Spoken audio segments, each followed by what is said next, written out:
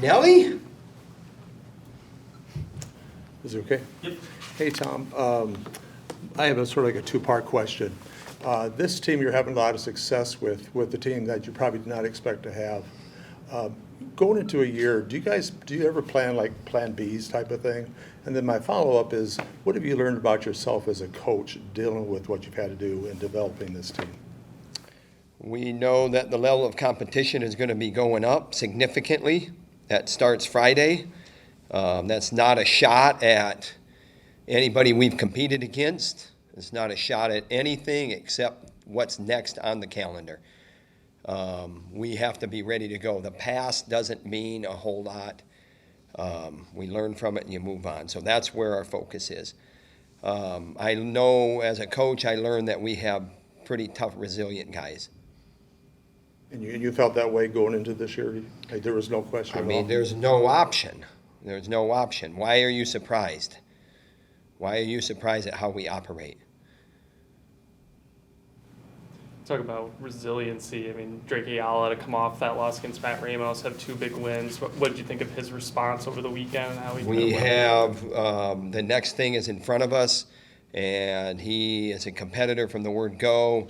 We love his mindset, we love his direction, we love how he thinks about the sport of wrestling. He's a reflective guy, and hey, we got a lot in front of us. We got 4 dual meets left, and then we got a Big Ten tournament and a national tournament. And these guys, I think they do a good job of keeping it in perspective, but they do. I mean, you can't look ahead, but I think they do know what the challenges are coming up. What's been the biggest key to Ben Keeter's progress?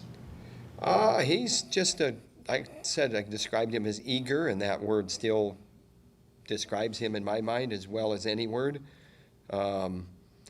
We know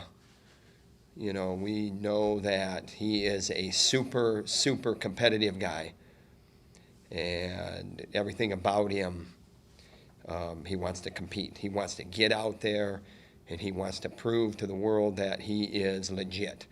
And whether that's wearing a uniform with shoulder pads and a helmet or on a wrestling mat, it's the same. That's how he's wired. Tom, I have to ask you about Zach Glazier. Basically, 3 years behind, Warner. At this time, when everybody could transfer so easily, why do you think he stayed around here? I think that he knows what he wants. I don't think he ever looked at it like he was never going to be in there. He had some adversity thrown his way with some things that he fixed, or we have a great medical team, and he's done a great job of staying grounded and zeroing in on the things that he needs to zero in on. I'm not saying that there hasn't been challenges there, but give him credit for his resolve.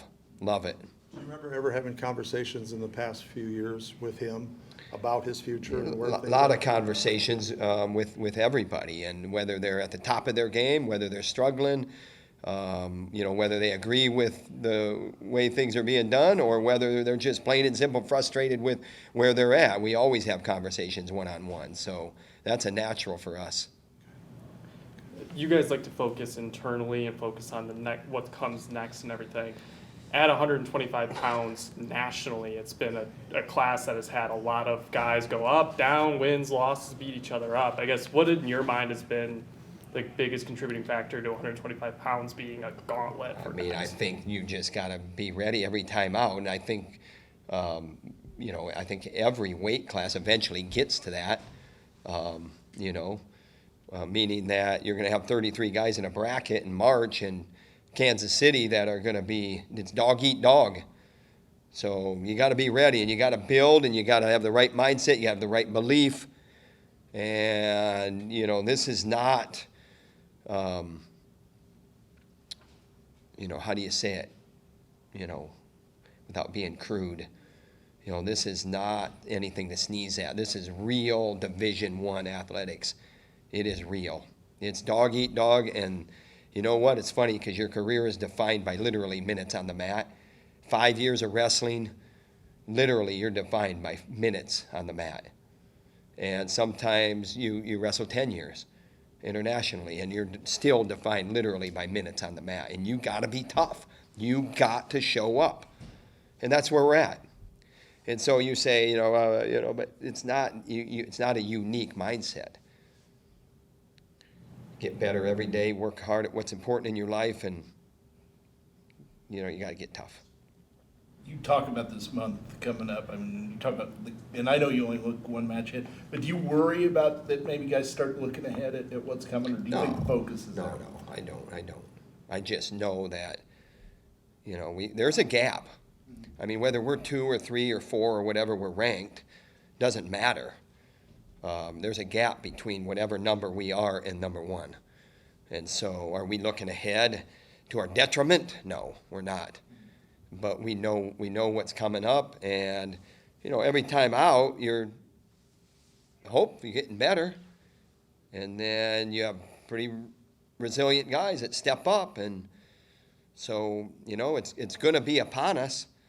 So why not make every day a mission toward what's coming.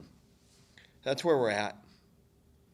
Michael Caliendo, since he's been here, has been just incredibly consistent in his approach, how he wrestles. I guess how impressive is it for a guy who is as young as he is to come out and just be as level-headed as he is? He's an All-American. He believes in himself. I think he's more and more comfortable being a Hawkeye. Frantic, I think, fit in right away. Caliendo, maybe it took a little bit, but he's definitely, as you say, finding his stride in more ways than one, and we love him. Caliendo, we love him. When you say he was, maybe took a little bit of time to figure out his way as a Hawkeye, I guess where was it for him that you I just think he's a skeptical guy by nature. I mean, so what? So what? Great way to be. Just jump in with both feet all the time. Sometimes you get bit when you do that. You got to feel your way around a little bit maybe sometimes. You had said at Media Day, too, that was a guy you recruited. Him and Frantic both were guys that you went after. What was it about Caliendo that struck you when you first kind of started to see him perform back then? Well, I think it was a no-brainer with where we were headed back in those days, back in the early days of May. So I got the best advice from my boss, my direct report boss at the time, and she said, go work on your roster. And that's what we did. So Tom, with Ben Keeter, he still has some matches to go to whether to determine whether he gives up or not. Will his next 2 weeks determine that? I think that we have 2 really good heavyweights there, and it's not, here's the thing. They're going to both wrestle, and they're going to both be out on that mat, and they're both going to have to continue to develop to be better.